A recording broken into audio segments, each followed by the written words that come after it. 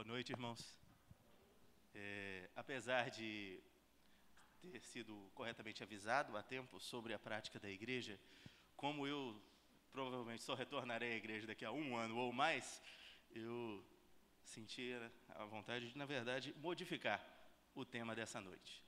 Não vamos repetir o sermão da manhã, mas, na verdade, vamos continuar, vamos um pouquinho mais além do que já trabalhamos, seguindo, na verdade, ainda o mesmo tema. Como já dito, na verdade, hoje, essa manhã, é muito especial, é muito gratificante, na verdade, de fato, não há honra maior do que partilharmos com os irmãos, partilharmos a palavra de Deus, os ensinamentos, a verdade da Escritura Sagrada, e ainda mais especial para mim, aqui nesta igreja, pois, como dissemos, foi a igreja ao qual eu senti pela primeira vez no meu coração o chamado ao ministério, ainda que tenha demorado alguns anos para que ele se concluísse, para que fôssemos então ao seminário, mas despertou bem aqui, durante um ensaio do louvor aqui na frente mesmo, é a primeira vez esse desejo, e orientado ainda pelo pastor Gilberto, já lá atrás, depois também pelo pastor Ronildo, isso foi se frutificando, até que, como conhecemos, é irresistível e tivemos que aceitá-lo.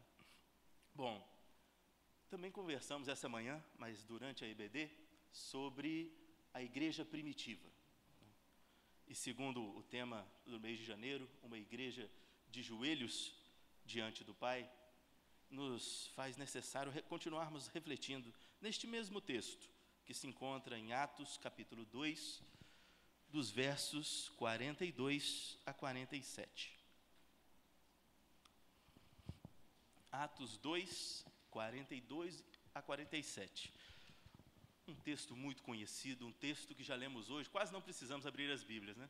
Mas, vamos lá, Atos 2, 42 a 47. Vou convidar os irmãos a lermos em uníssono, mas mesmo assentados como estamos, ainda que em reverência às sagradas letras. Atos 2, 42 a 47. Leiamos. E perseveravam na doutrina dos apóstolos e na comunhão, no partir do pão, nas orações. Em cada alma havia temor. Muitos prodígios e sinais eram feitos por intermédio dos apóstolos. Todos os que creram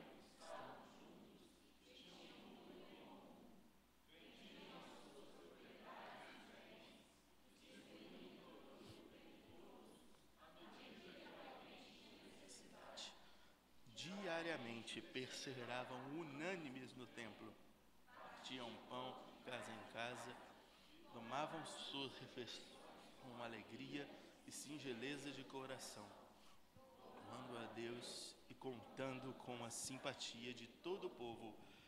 Enquanto isso, acrescentava-lhes o Senhor dia a dia os que iam sendo salvos. Amém. Irmãos, vamos orar novamente. Senhor Jesus, diante de Tua presença, Pai, de quem Tu és, conhecedores do Teu poder, Pai, do Teu sacrifício e do lugar que ocupas, ó Pai, e do lugar que ocupamos diante do Senhor, nos entregamos neste momento, ó Pai, a Tua vontade, a Tua orientação, ao Teu Santo Espírito, pois precisamos do Senhor, dependemos do Senhor e nada somos sem o Senhor. Sê conosco, Pai, nos direcione segundo os Teus desígnios, os Teus preceitos, nos dando, Pai, discernimento, desvendando os nossos olhos para a compreensão desta que é a Tua mensagem. Assim lhe pedimos, ó Pai, seguros, ó Pai, de estarmos contigo, em nome de Jesus. Amém. Amém.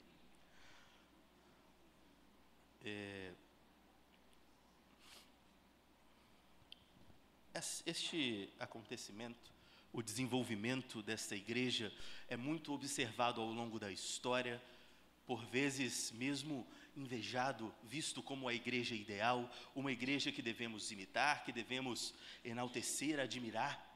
De fato, principalmente em seus primórdios, é uma igreja diferente, é uma igreja plenamente embasada na Escritura, e percebemos em todo o livro de Atos segundo Lucas, nos orienta uma igreja em plena ascensão, em pleno crescimento. Então, sabemos, e de acordo com o que lemos, quais foram as atitudes, quais foram as ações, qual fora o comportamento desta igreja que tão prontamente se desenvolveu e cresceu. E por muitas vezes tentamos imitá-los.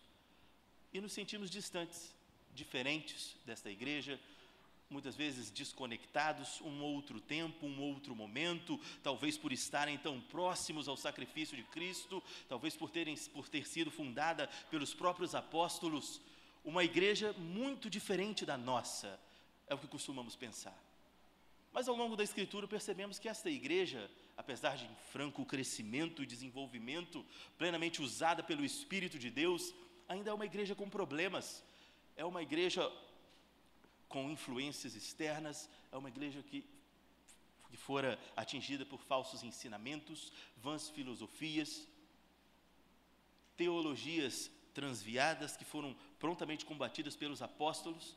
Podemos ver que o conteúdo de muitas cartas de Paulo, em sua maioria, o conteúdo das epístolas de Pedro, de João, também de Judas, todas combatendo um pecado em comum, uma heresia incomum nessas igrejas, o desvio do ensino. E se pararmos para pensar, para analisar, não é de fato o que nos ocorre hoje, não é de fato o que ocorreu ao longo de todo o trajeto da Idade Média com a igreja, necessitando então ali em seu ápice de uma reforma, de uma reconstrução, de uma reorganização da sua instituição, pois havia se desviado do ensino principal. Hoje, tantas teologias diferentes, desviadas, afastadas e desconectadas da Escritura, se afastando do ensinamento. De fato, meus irmãos, o que nos difere da igreja primitiva não é por ela estar mais próxima de Cristo, não é o fato pelo qual ela é antiga e os tempos modernos tornam mais complexos o desenvolvimento da igreja e o seu crescimento. O que nos distancia da igreja primitiva é o nosso comportamento, é o nosso relacionamento com o Deus da igreja, nosso entendimento de quem é esse Deus.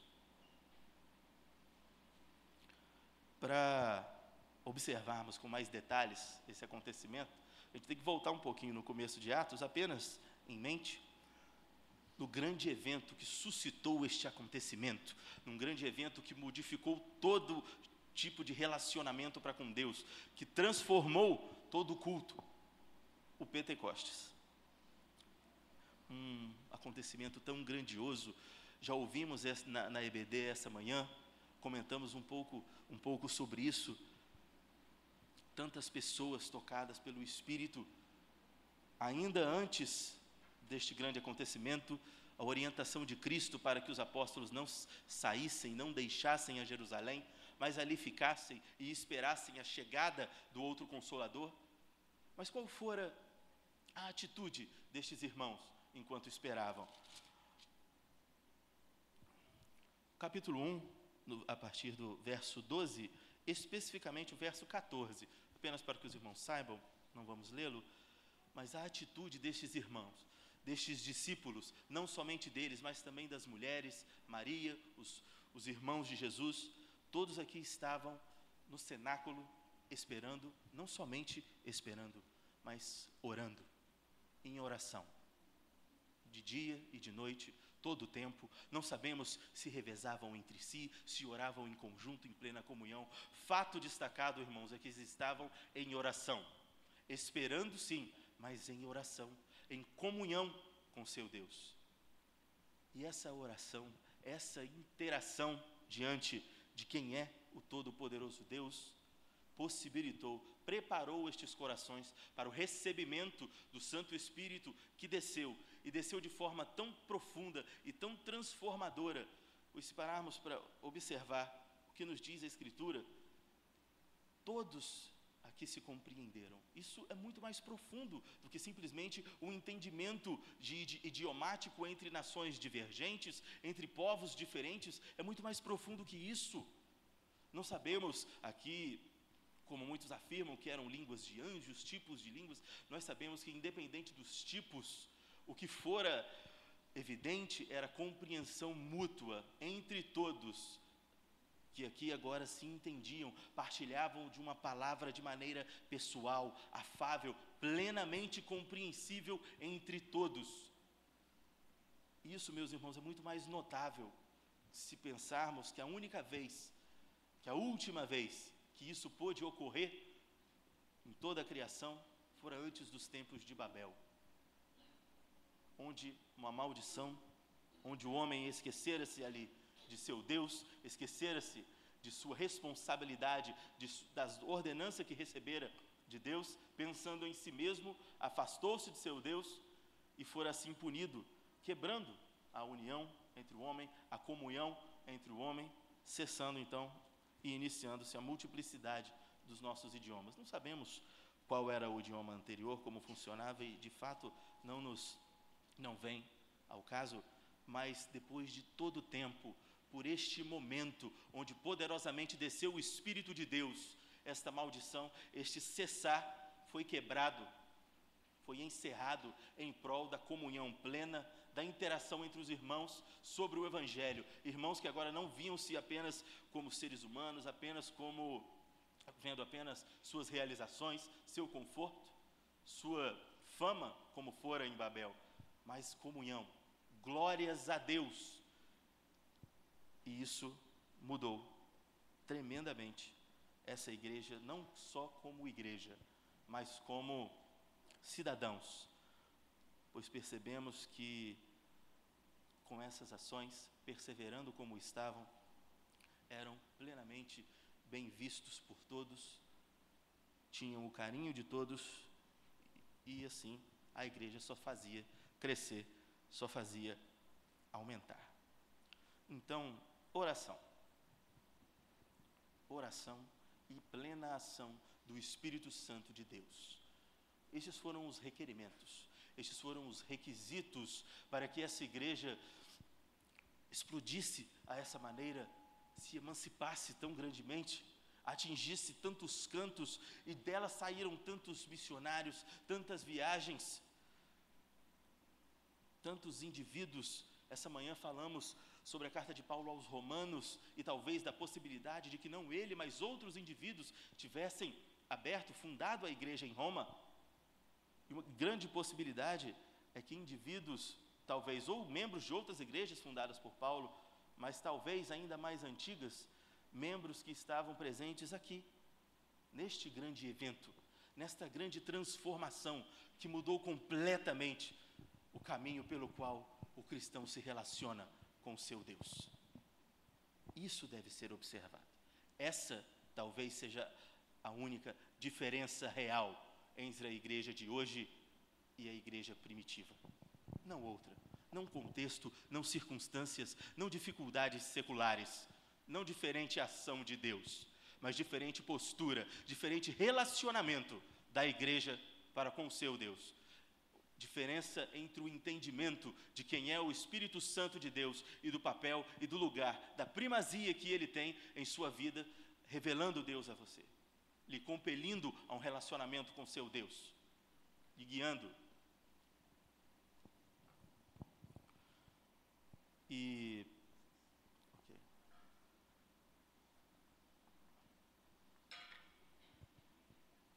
Para que não pensemos que isso é apenas narrativa, que isso na verdade não acontece, gostaria de voltar a alguns momentos. Isso na verdade aconteceu muitas vezes ao longo da história, mas eu gostaria de destacar 3 grandes acontecimentos, que essa diferença fora sanada, que este mesmo caminho fora percorrido por outros irmãos. Após a Reforma Protestante, um movimento que na verdade também transformou todo o mundo, os países mais desenvolvidos, mesmo economicamente, politicamente, de nossa geração, de nosso momento histórico atual, todos os países de natureza reformada, todos os países de estrutura e cidadania, cultura plenamente baseada na Escritura, por mais que muitas vezes nos dias de hoje se distanciem, sua raiz, sua base é dentro da Escritura Sagrada, dentro das leis do Senhor, dentro do serviço e do caminho cristão. Isso muda a cultura, isso muda a sociedade e transformou o globo como conhecemos hoje, um grande momento. E um país especial que, na verdade, introduziu e muito essa reforma, um país que fundou, na verdade, a primeira denominação reformada e a única denominação fundada nos dias da reforma existente até os dias de hoje, a denominação moraviana, é a República Tcheca. Lógico, naquele momento, ainda não República Tcheca, chamada Silésia. Fundou-se ali uma igreja ainda antes de Lutero, ainda antes de Calvino, pela pessoa de John Huss, fundava-se ali a Igreja dos Irmãos, a Igreja Moraviana, na verdade, a Igreja dos Irmãos, que futuramente seria chamada Igreja Moraviana, e é um acontecimento, já na Igreja Moraviana, no século XVII, um pouco depois, que foi conhecido como Segundo Pentecostes, um movimento que, tal qual o primeiro, não vamos equilibrar em 100% estes dois acontecimentos, mas muito semelhantemente transformou todo o globo e solidificou o movimento protestante em todo o leste europeu, e não somente, mesmo aqui foram enviados missionários. Mas qual é a diferença? Qual é a singularidade deste acontecimento? Um jovem membro de uma igreja luterana na Alemanha, um conde muito rico, né, agora recebendo uma grande herança de seus pais, e incomodado com a realidade da igreja, incomodado com a mesmice, o conformismo da igreja, em não proclamar das boas novas de Cristo, em não anunciar as palavras, e não viver a Cristo fora das quatro paredes da igreja, como devemos assim o fazer, ele ouviu falar sobre estes irmãos que se reuniam num país tão próximo, agora a Morávia, e decidiu usar toda a sua fortuna para não só ir para a Morávia, encontrar esses irmãos, mas financeiramente fortalecê-los e fundar, tal qual fora em Jerusalém, aqui no Pentecostes, uma cidade, uma comunidade cristã, 100% cristã, com um governo cristão, com direção cristã, toda voltada para a glória de Deus, para a vida com Cristo. E assim o fez. Cidade chamada Herrnhut, ela foi plenamente organizada, demorou 20 anos para ser construída, e cerca de 50 mil pessoas, ao longo desses 20 anos, mudaram a sua sede da Igreja Moraviana para essa cidade e ali se instalaram. Mas sua conduta, meus irmãos, é essa que deve ser observada.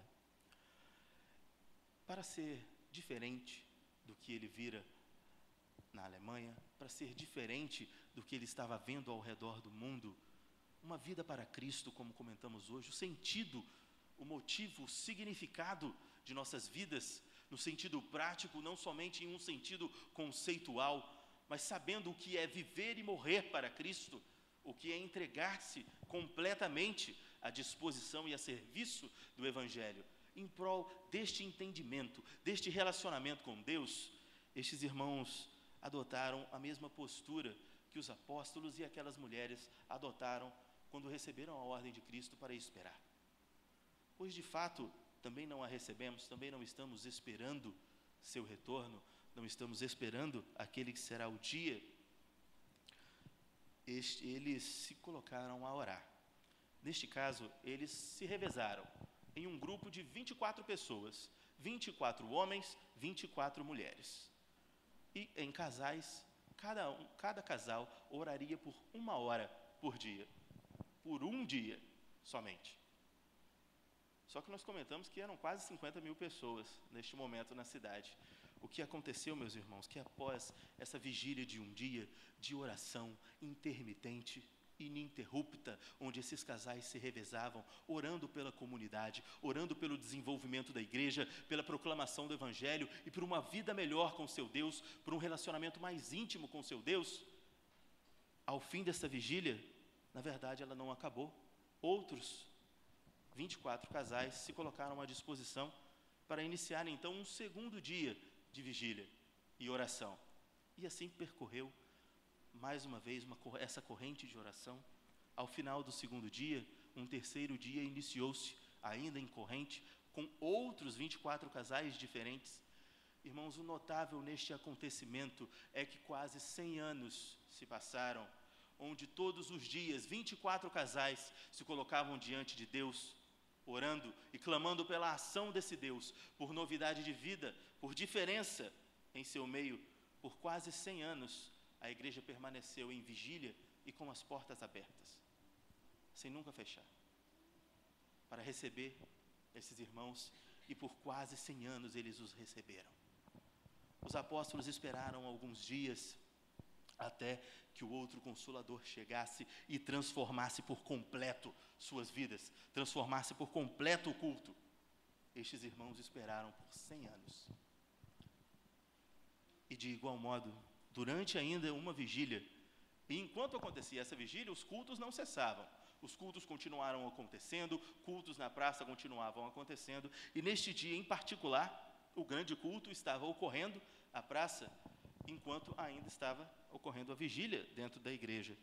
E estes irmãos foram tomados, foram compelidos pelo grande Espírito, pelo Santo Espírito de Deus, transformados naquele momento.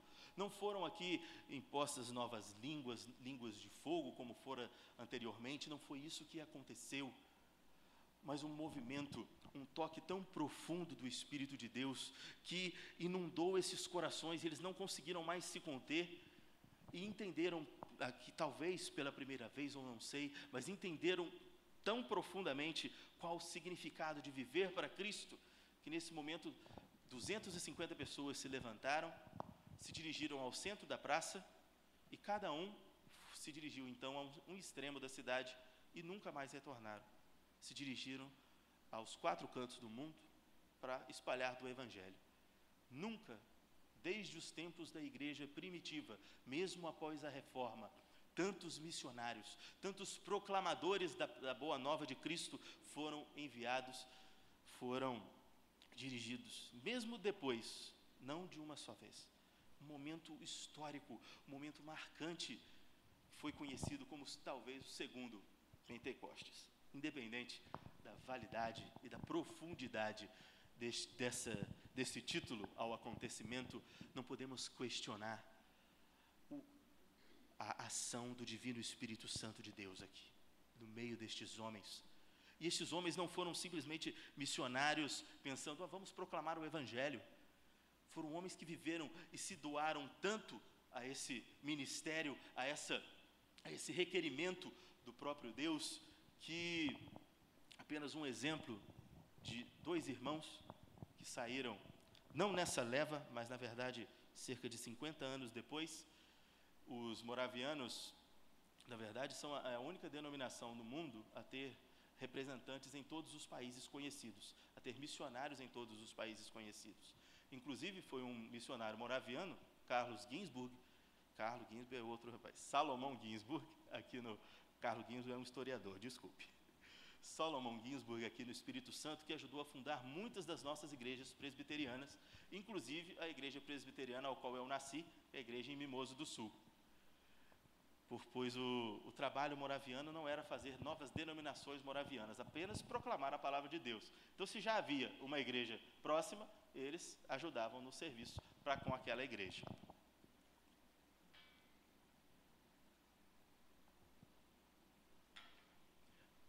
Eu bebo muita água.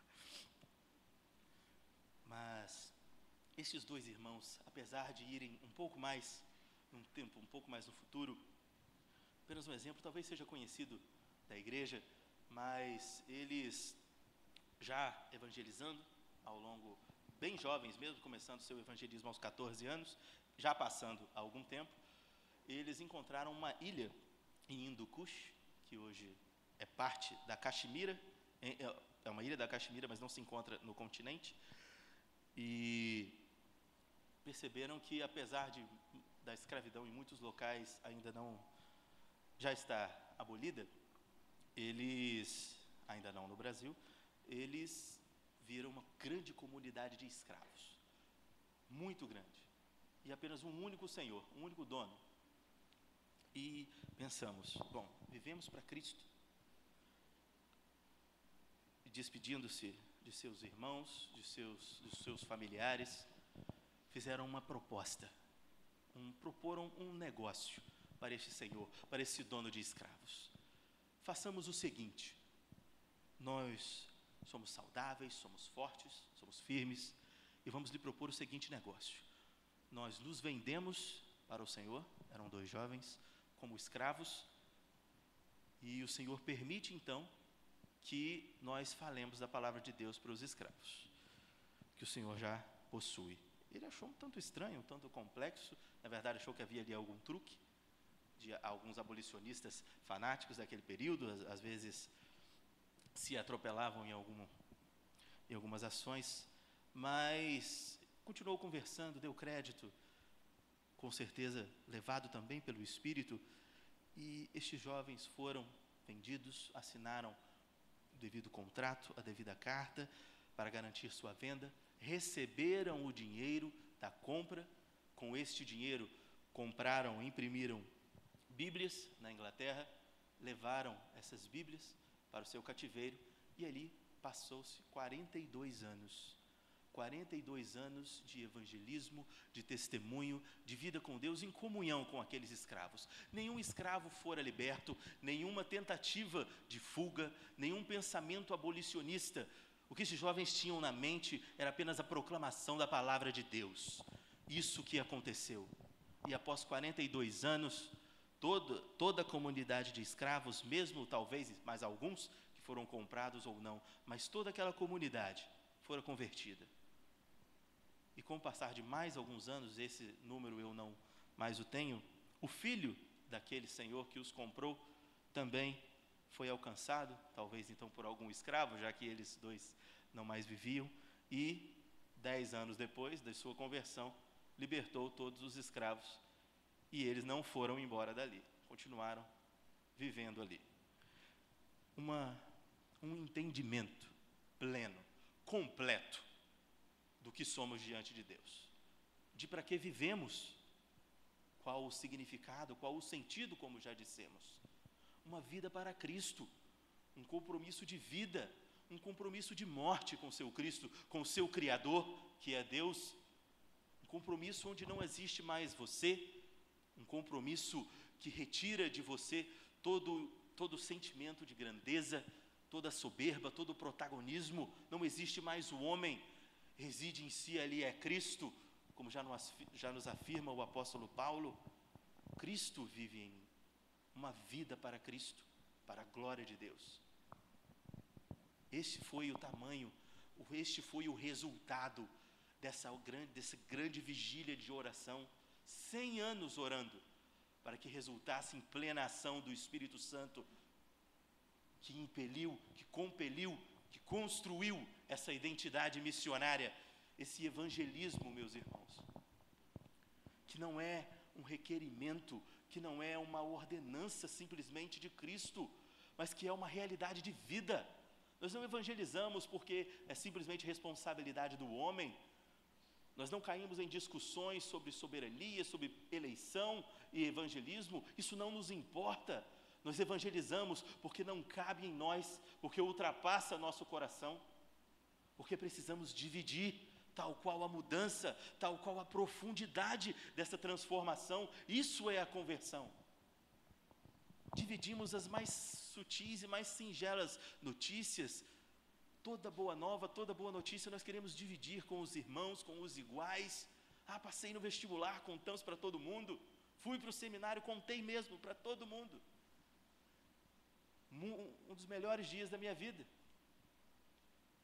Como não dividir o Evangelho? Como não dividir o sacrifício de Cristo? Que maior bênção, que maior transformação pode acontecer ao homem? Vida eterna em Cristo Jesus. Isso não cabe em nosso coração. E este é o resultado do Espírito Santo de Deus. O entendimento do que isso significa. Esse é o Espírito Santo. Esta é a intercessão do Santo Espírito. E isso é resultado de oração, de vida com Deus, de vontade de Deus. se não nos colocamos diante de Deus, se não queremos perscrutar, entender, conhecer quem é esse Deus, como louvá-lo, como estabelecer intimidade com Ele, como sermos usados pelo Espírito de Deus.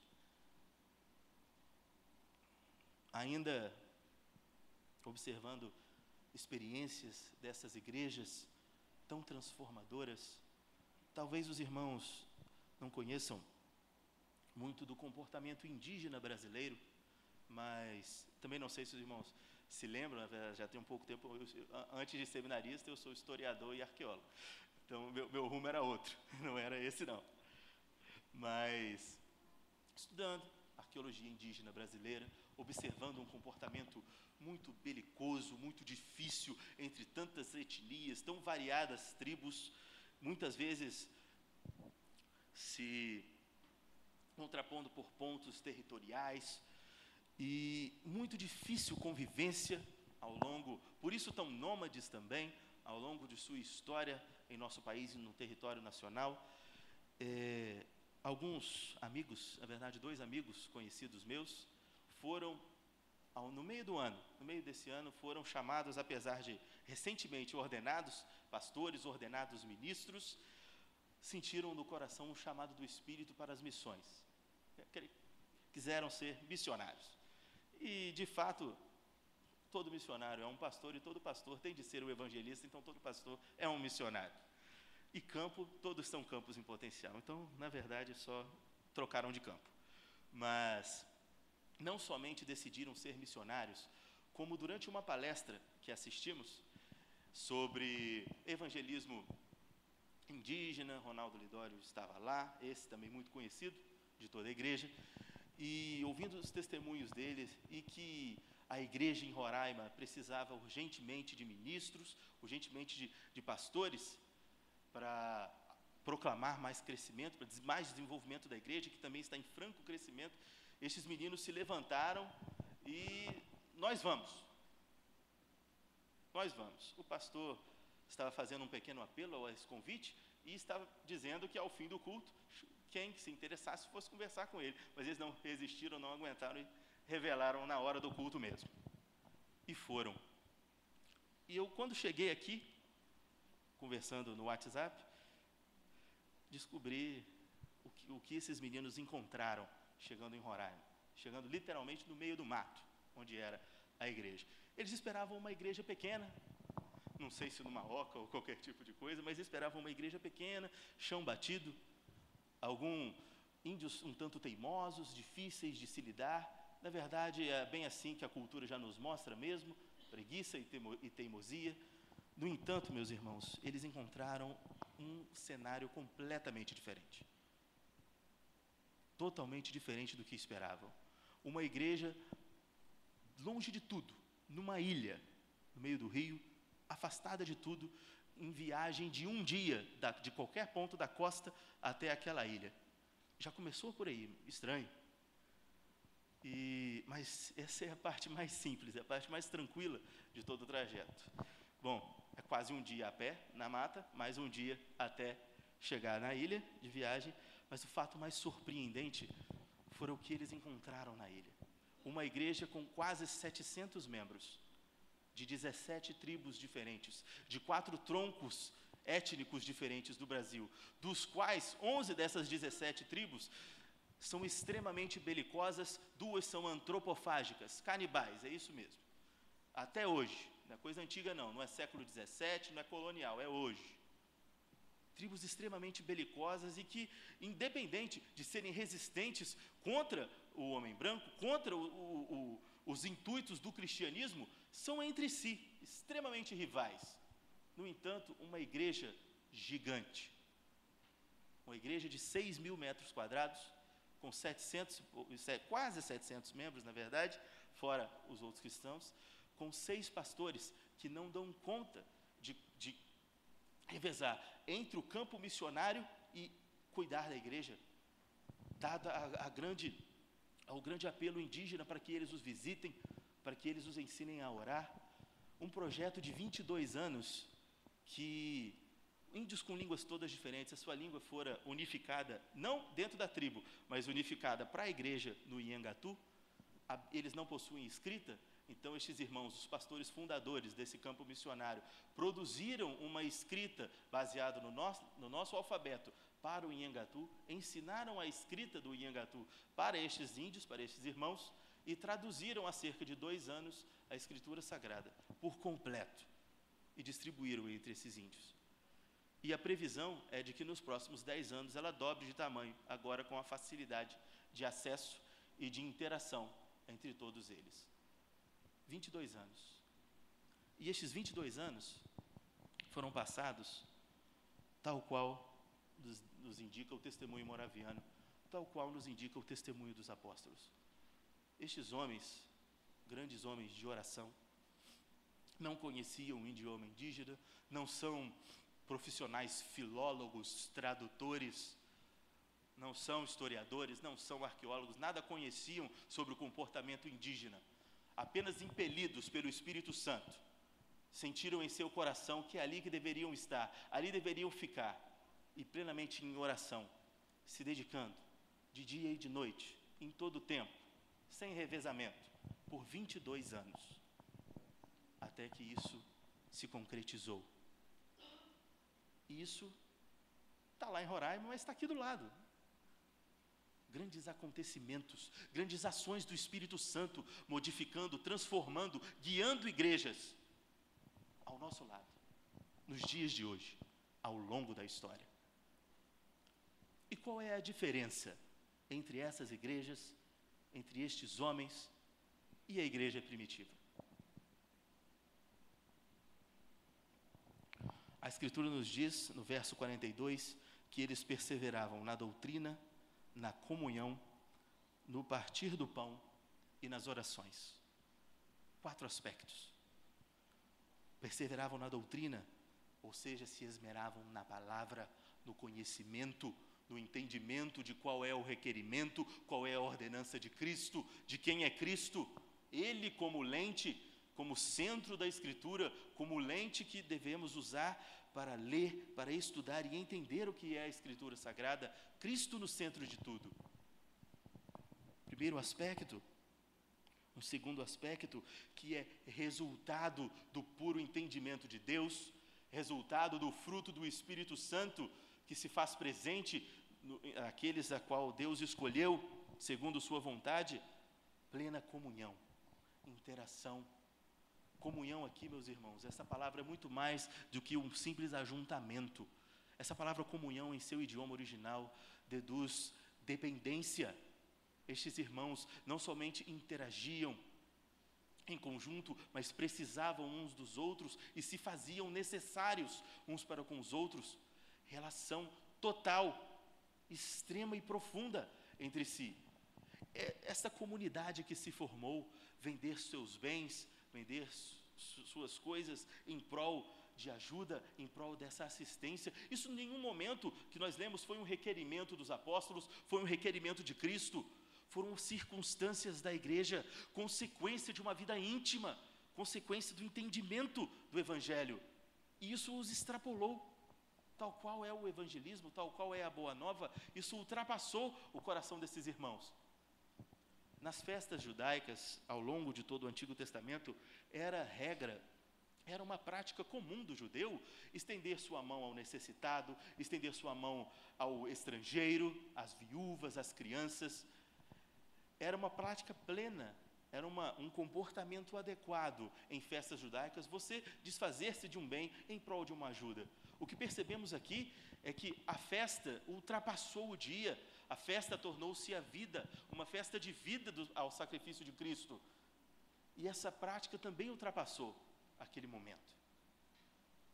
Essa prática assumiu-se em comunhão, dado ao entendimento do que eram e do que é o Evangelho. E assim, um terceiro ponto, perseveravam no partir do pão. Esse partir do pão não são somente refeições, como vamos ver em versículos mais à frente.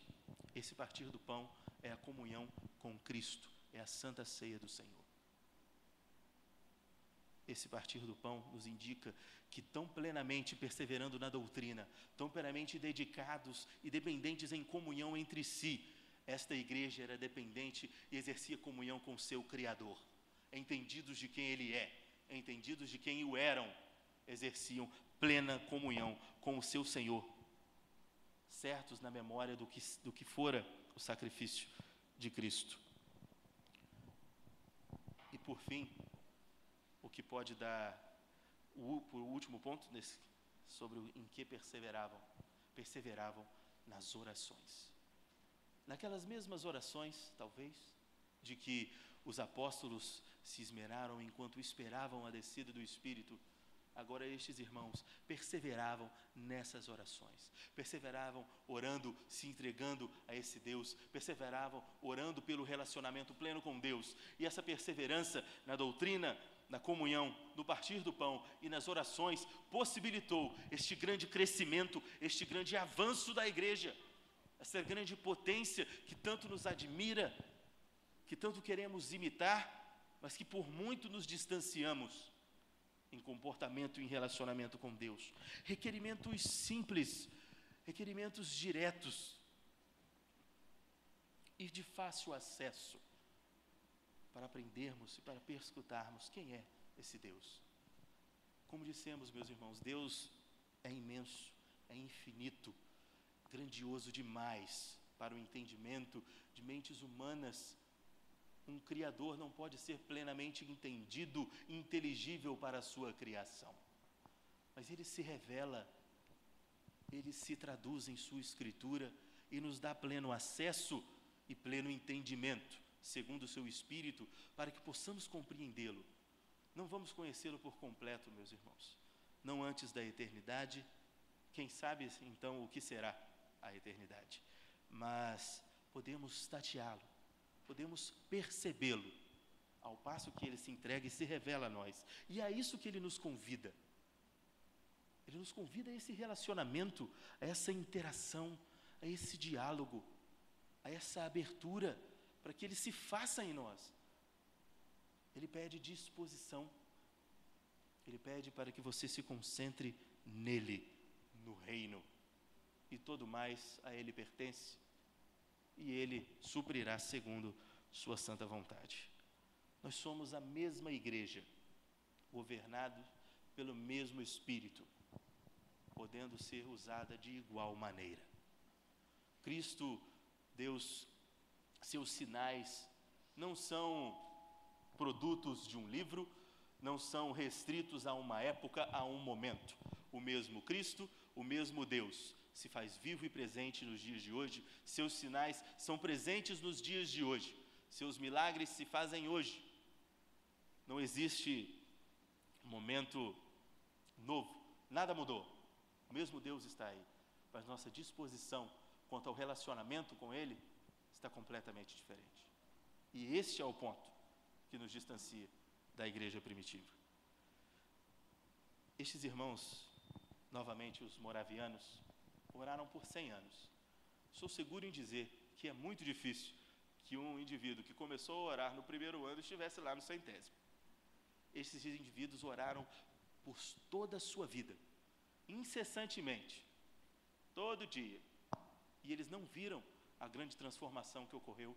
Eles não foram enviados como missionários, mas sem a oração, sem a presença desses irmãos, sem os aclames e os apelos desses irmãos, a ação poderosa e soberana de Deus, isso teria acontecido? O mecanismo que move a igreja é a oração, é ficar de joelhos. Hoje fomos encorajados, tanto pela manhã como agora pela noite, a nos colocarmos de joelhos para orar. E eu sofro muito com isso, meus irmãos, porque eu não posso me ajoelhar, não. Eu tenho um probleminha no meu joelho, isso me incomoda demais, e eu fico com medo de não levantar depois. E um homem, um cristão que tem de passar a vida de joelhos, como modo de vida, como regra de vida e como vontade de seu coração, ele sofre muito nesse momento, mas um tapetinho resolve, mas ele está lá em São Paulo. Mas o fato, meus irmãos, é que essa é a postura da igreja diante do mundo, de joelhos, a oração, uma igreja de joelhos diante do Pai, segundo o tema que nos fora proposto para todo este mês de janeiro. É a postura da igreja diante do Santo Espírito de Deus, é a postura da igreja diante da Escritura, diante das Sagradas Letras. É a postura que produz relacionamento com Deus. E devemos resgatar este pensamento, este entendimento. E caminhando para o nosso final, para a nossa conclusão, um último exemplo de uma igreja que fora também profundamente transformada. Essa é uma igreja conhecida, então não vou contar o nome dela não, mas uma igreja em São Paulo, uma igreja que possui 3 anos, desde sua origem como ponto de pregação, até sua conclusão como uma igreja já formada e dentro de seu novo templo. 3 anos, do zero ao seu próprio templo, em seu próprio terreno, quase totalmente construído, realizando seus cultos. Uma igreja que possuía 14 membros, hoje com 75 membros devidamente prescritos.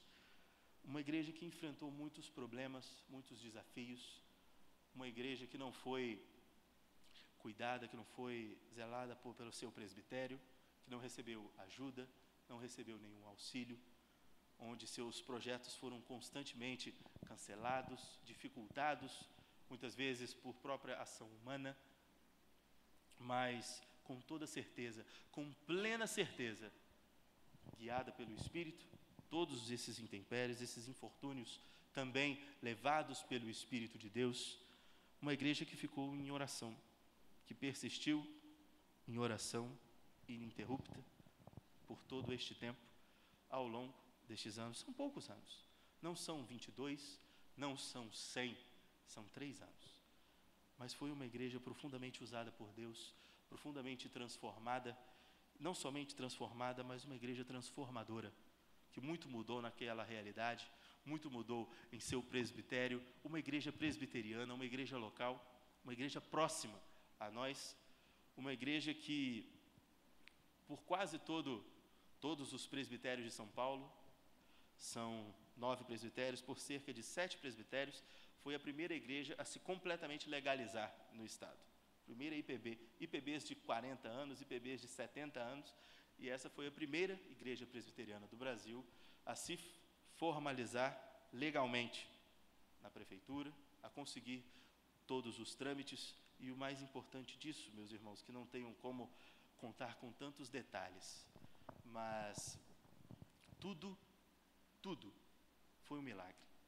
Todos os processos foram por vias inexistentes, precisariam passar-se muitos anos para essas aprovações, tudo aconteceu sem que ninguém pedisse, sem que ninguém procurasse nenhum atalho, tudo simplesmente aconteceu, dinheiro veio, não sabe-se de quem, não sabe-se de onde, veio e vem em todo o tempo,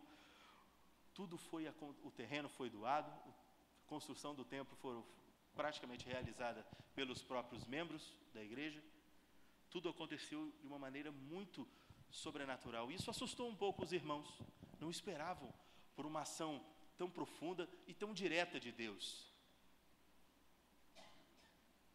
E muitas igrejas ao redor dessa igreja, o hall de membros é praticamente composto por membros oriundos de igrejas pentecostais ou de outras igrejas mesmo neopentecostais ali da região. Pois a palavra em vigor até os dias de hoje é a doutrina reformada, é a teologia reformada. Tratamos da Escritura Sagrada, trata-se dos ensinamentos do próprio Cristo, não de uma teologia disforme, de um ensinamento que usa a Bíblia apenas como conceito, mas de uma teologia verdadeira, que usa Cristo como quem Ele é, o libertador, o salvador, o ressurreto, o Cristo enaltecido. E isso surpreendeu o povo, que, transformados por essa nova visão na igreja, se deslocaram para lá. Muitos irmãos, além destes, além dos moravianos, além dos indígenas lá em Roraima, Muitas foram as experiências das igrejas ao longo de toda a história. Essas que temos notícias, fora experiências que não são documentadas, mas que são plenamente tratadas pelo Santo Espírito. Há ação do Espírito Santo. Há poder, sim, do Espírito Santo. Mas a diferença é que esse sinal, este milagre, este poder não pertence ao homem, não está à disposição do homem segundo os seus apelos, segundo os seus inflames pessoais. Ele está sujeito à vontade de Deus, impelido e compelido pelo Espírito Santo de Deus, que transforma como já o transformou e continuará a transformar até que chegue o grande dia. Finalizando, irmãos, devemos observar, devemos nos recordar do compromisso que assumimos diante de Deus, do compromisso que assumimos quando fomos convertidos, quando fomos tocados pelo Espírito, quando soubemos que existe um Salvador, que este é Jesus. Fomos transformados naquele momento e isso não pode nos escapar, não pode nos afastar deste entendimento, desta mudança. Isso tem de ser ininterrupto, tem de ser ao longo de sua vida, não pode ser apenas um momento. Viver para Cristo é a maior honra de nossas vidas. Só que nós só vamos poder experimentar, poder sentir e entender essa honra se o conhecermos. Meus irmãos, existem 3 passos para o desenvolvimento do cristão, ao qual ele está intimamente ligado e não pode mesmo modificar a sua ordem. O cristão precisa conhecer, ele precisa crer e ele precisa obedecer. E isso precisa acontecer necessariamente nessa ordem, pois se o cristão não conhece quem é seu Deus, não entende a pessoa de Deus, seus decretos, seus atributos, o relacionamento ao qual se propõe, não entende as sagradas letras, quais os propósitos, o motivo, o chamado de Cristo, não conhece seu Deus, ele não possui verdadeiramente a fé. Ele crê de maneira superficial, uma fé desentendida, desinteressada da Escritura, e não percebe a obediência como o pilar que ela é. Percebe como uma referência, como uma citação, como um guia de comportamento.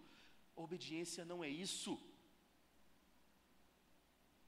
A obediência está vinculada a uma fé profunda, enraizada em um conhecimento de quem Deus o é, entendidos de quem é o Senhor, de quem é nosso Deus, plenos de certeza da salvação de Cristo, movidos pelo Espírito, podemos crer devidamente, profundamente, enraizados na lei, sabendo então o que é obedecer.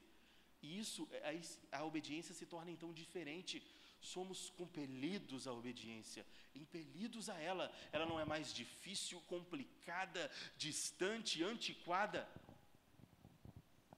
Temos vontade, ansiamos por ela, ansiamos por Deus. Não quer dizer que não vamos errar, que não vamos falhar. Somos naturais do pecado, falhamos mesmo em todo o tempo, mas não somos mais escravos do pecado.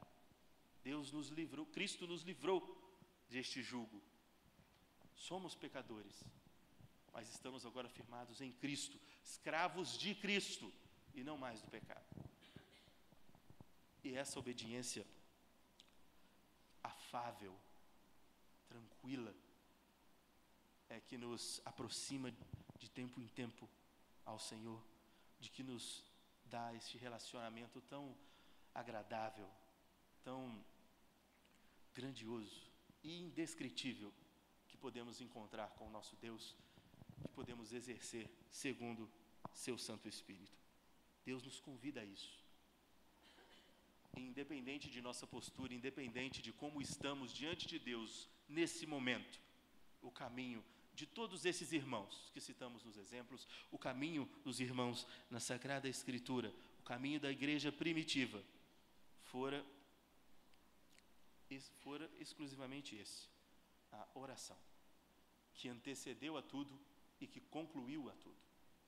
antes de receberem o Espírito, estes homens estavam orando, clamando a Deus, pela ação de Deus. Não clamaram por conforto, não clamaram por carreiras, clamaram pela ação de Deus, segundo a sua santa vontade. Que essa seja a nossa postura diante de Deus e que saibamos que essa igreja, tão distante, na verdade está muito mais próxima e palpável, e essa experiência muito mais sensível a nós do que imaginamos. Vou convidar os irmãos a fecharem os seus olhos e eu vou orar, e após a minha oração, nos colocando de pé, oremos a oração do Pai Nosso.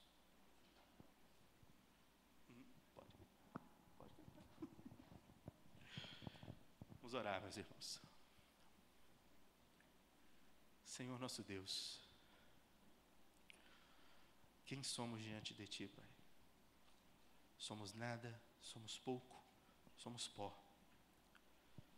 Criaturas de Deus, desentendidos, desinteressados, ó Pai, por muitas vezes de quem Tu és, desinteressados das Tuas palavras, da Tua lei, desentendidos, Mestre, destes que são os Seus ensinamentos. Ah, Pai, habite em nosso coração, nos esvazie de toda soberba, Pai, de todo desejo, de toda ânsia humana, para que seja em nós o Teu nome, Pai, para que seja em nós a Tua vontade. Senhor, não sabemos ser humildes, Pai, não sabemos orar, mas este Teu Santo Espírito, Pai, que com gemidos inexprimíveis conduz nossa oração, conduz, Pai, nosso entendimento, a nossa disposição ao Senhor. Que seja Ele, Pai, que habite em nós, que seja Ele que nos alcance e nos domine, ó Pai, e nos leve à presença do Senhor. Ah, Pai, nos receba, Pai, pois somos pecadores e sabemos que apenas de Ti pode vir o perdão, pode vir, Pai, a Tua mão, a Tua bênção, para nos proteger, para nos ensinar e estabelecer conosco o relacionamento e a intimidade, como o Senhor mesmo nos propõe. Ah, Pai, muito obrigado. Obrigado por estarmos com o Senhor. E oramos, Senhor, em nome de Jesus. Amém.